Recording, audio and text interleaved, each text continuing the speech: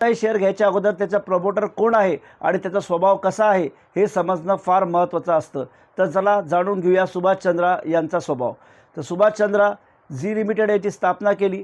त्यानंतर झी लिमिटेडच्या बऱ्याच सिरियली आल्या हिंदीमध्ये. त्या म्हणजे हम पांच, अमानत अशा सिरियली खूप हिट झाल्या एका काळामध्ये आणि सुभाषचंद्रचा झी टी व्ही भारताचा नंबर 1 चॅनल झाला. पुढे रिजनल टी व्हीमध्ये ते आले. Zee Marathi, Zee Telugu, Zee Kannada बरेचसे चॅनल त्यांनी काढले आणि त्यामध्ये देखील त्यांना तुफान सक्सेस मिळाले आणि 2008मध्ये सुभाष चंद्रा हे नाव सर्वत्र फेमस होते. परंतु पुढे झालं काय की स्वभाव कसा आहे, रिस्क टेकिंग. तर सुभाष चंद्रा यांनी नंतर विचार केला की यार फक्त मी एंटरटेनमेंटमध्येच नाही तर मी अंबानी बनणार, मोठं काहीतरी करणार. त्यामुळे त्यांनी रिअल इस्टेटमध्ये एंट्री घेतली. रिअल इस्टेटमध्ये एंट्री अशी घेतली की झीचा एक इसेल ग्रुप आहे, इसेल इन्फ्रा नावाची कंपनी काढली आणि रिअल इस्टेटमध्ये उडी मारली. पण तिथं त्यांना तुफान नुकसान झालं. त्यामुळे झीचा शेअर फ्लॉप झाला. त्यानंतर परत सुभाषचंद्र यांनी असं केलं की बाबा चला नाही आता तर काय, तर झीचा एक OTT प्लॅटफॉर्म काढतो. झी OTT प्लॅटफॉर्मवरती पण आलं. ते काळाची जरूरत पण होती, आलं. सक्सेस भेटलं. झी OTTला चांगलं सक्सेस भेटलं. अमेझॉन यांच्या काळामध्ये देखील झी OTT लोक पाहायला लागले. परंतु सुभाषचंद्रजींनी नंतर केलं असं की बाबा अमेझॉन आणि नेटफ्लिक्स हे मोठे इंग्लिश टॉम क्रूजचे पिक्चर घेतात, सलमान खानचे पिक्चर विकत घेतात, त्यानंतर रणवीर सिंगचे घेतात. तर झी हाच का छोटे पिक्चर विकत घेईल म्हणजे मराठी हिरो असे त्या अँगलनी. म्हणून यांनी पण डायरेक्ट उडी मारली की सलमानचे पिक्चर घेऊ, रणवीर सिंगचे घेऊ, टॉम क्रूजचे घेऊ. आणि ते पिक्चर तेवढे चालले नाही. झीकडे एवढा पैसाच नव्हता आणि नंतर त्याचा झी OTT हा प्लॅटफॉर्म देखील नुकसानमध्ये गेला. म्हणजे रिस्क टेकिंग कॅपॅबिलिटीमध्ये सुभाषचंद्रा झोपले परत एकदा.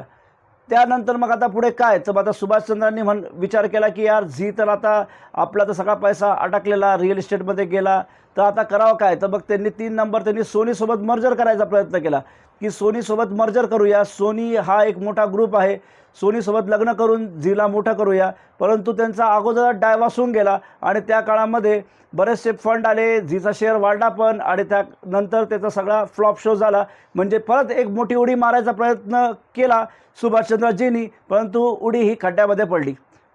आता परत एकदा सुभाषचंद्र जे उडी मारण्यात पटाईत मोठी उडी त्यांना मारायची असते, स्वभाव असा की त्यांनी आता काय केलं, त्यांनी आता केलं की वर्ल्ड कप फिफा याची स्पॉन्सरशिप झीला घेऊन टाकली. ॲक्च्युली झी टी व्हीकडे बऱ्याचशा गोष्टी, पैसा नाही, बरेचसे इश्यू आहेत, पण फंड रेझिंग करून त्यांनी घेतला वर्ल्ड कपची स्पॉन्सरशिप. आता वर्ल्ड कपच्या स्पॉन्सरशिपला काय होतं काय नाही हे भविष्यच सांगेल.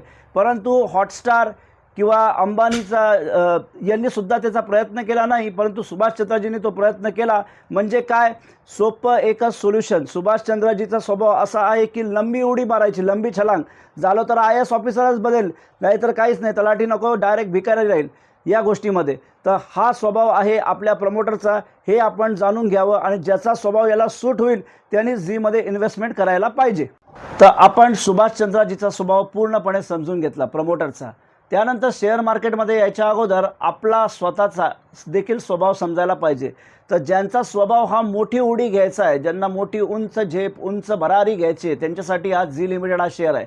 पण हा शेअर घेतल्यावर 5-10% विकून टाकायचं तर त्याला काहीही अर्थ नाही. हा जर काय घेतला तर 20 पट 40 पट होण्यासाठीच ठेवायला पाहिजे, कारण इथं रिस्क आहे, उंच भरारी, उंच उडी.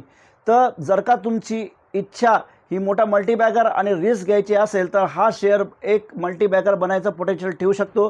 पहिले सुभाषचंद्राचा स्वभाव समजा, मग स्वतःचा समजा. आणि आता पॉईंट नंबर 3 आपण फंडामेंटल बद्दल बोलूया. खूप असा डीपमध्ये मी जाणार नाही, कारण झी सारख्या शेअरच्या PE रेशो किंवा रिझल्ट या गोष्टी काहीही मॅटर करत नाहीत, कारण ते इथं नाहीच आहे.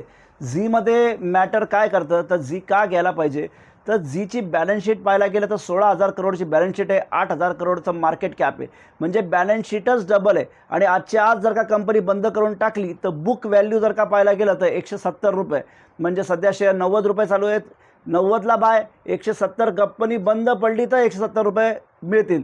पण सुभाषचंद्रा जी कंपनी बंद करतील का हे कोणाला माहिती नाही. बंद केली तर तेवढा पैसा मिळून जाईल. म्हणजे सांगायचा अर्थ एवढाच की शेअर हा अत्यंत अंडर व्हॅल्यू आहे. एखादी जमीन ही खूप स्वस्त असते, त्या प्रकारे झी लिमिटेड हा शेअर फक्त स्वस्त अवेलेबल आहे. याचं रिझन आता मला असं वाटतं की झी TV हा वाढेल कधी. तर सर्वात पहिले आपण झीला समजूया त्याची प्रमोटर होल्डिंग, की झी TV ही एक नाजायज आहे, नाजायज मुलगा, म्हणजे ज्याला कोणी वडील नाही. उदाहरणार्थ काय, तर प्रमोटर होल्डिंग जर का आपण पाहायला गेलं तर सुभाषचंद्रजीकडे फक्त 4% होल्डिंग आहे. म्हणजे काय ते वडील आहेत का कंपनीचे? नाही. कमीत कमी 30-40% तर होल्डिंग पाहिजे, पण 3-4%ला आपण त्याचे वडील म्हणणार नाही, बाप म्हणणार नाही, तर झी टी व्ही हा नाजायज आहे.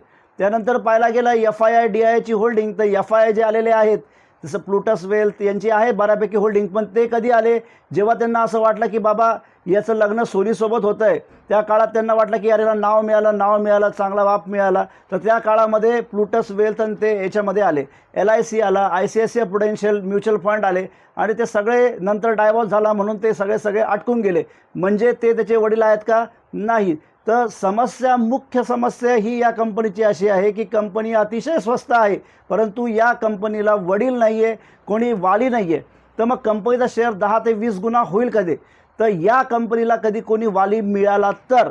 आता वाली मिळेल का? माझ्या मते मिळायलाच पाहिजे. अडाणी झाला, अंबानी झाला, कारण एवढं मोठं OTT प्लॅटफॉर्म आहे, झी OTT मीडियावर एवढी मोठी कमांड आहे, तर ही निश्चितच अंबानी, अडाणी, त्यानंतर बरेच लोक याच्यावरती नजर ठेवून आहे. पण प्रॉब्लेम फक्त काय, तर सुभाषचंद्रजी यांनी ते रिझोल्युशन पास होऊ द्यायला पाहिजे. तर कधी ना कधी ते पास होणार आणि कधी ना कधी अडाणी, अंबानी किंवा अजून कोणतं मोठं नाव यांनी झी टी व्हीला जर का बाय आउट केलं तर निश्चितच शेअर जो आज अंडर व्हॅल्यू आहे तो शेअर डायरेक्ट स्ट्रेट अवे 1000 ते 2000 रुपयाचा आरामशीर त्याची 2 लाख मार्केट कॅप बनते. तर त्या अँगलनी स्टॉकची वाढ होईल. तर हे एकमेव रिझन आहे झी टी व्ही घ्यायचं. जसं का एक सोप्या भाषेत सांगतो परत एकदा, झी टी व्ही म्हणजे अशी जमीन आहे, एक घर की ज्याच्यामध्ये भूत आहे असं लोक म्हणतात, परंतु खरं त्याच्यात भूत आहे का नाही हे कोणाला माहीत नाही. पण त्याचा भाव, त्यामुळे तिथं भूत आहे म्हणून ते अतिशय स्वस्त भावामध्ये तो घर विकलं जात आहे. आता कोणी त्याला विकत घ्यायचं हिंमत नाही करत, पण जेव्हा कधी एखादा मोठा साधू संत, एखादा मोठा महाराज येऊन तिथं यज्ञ करेल, त्या टाईमला त्याचा भाव एकदम भूत पळून जाईल आणि एकदम भाव वाढेल. तर तसा अडाणी किंवा अंबानी मोठ्या एखाद्या इन्व्हेस्टरने येऊन त्याच्यामध्ये जेव्हा फंडिंग घालेल तेव्हा झी टी व्ही 20 गुणा होईल. ही रिस्क समजत असेल तर झी टी व्ही हा मल्टीबॅगर बनवू शकतो आणि आपण याच्यामध्ये इन्व्हेस्ट करू शकतात.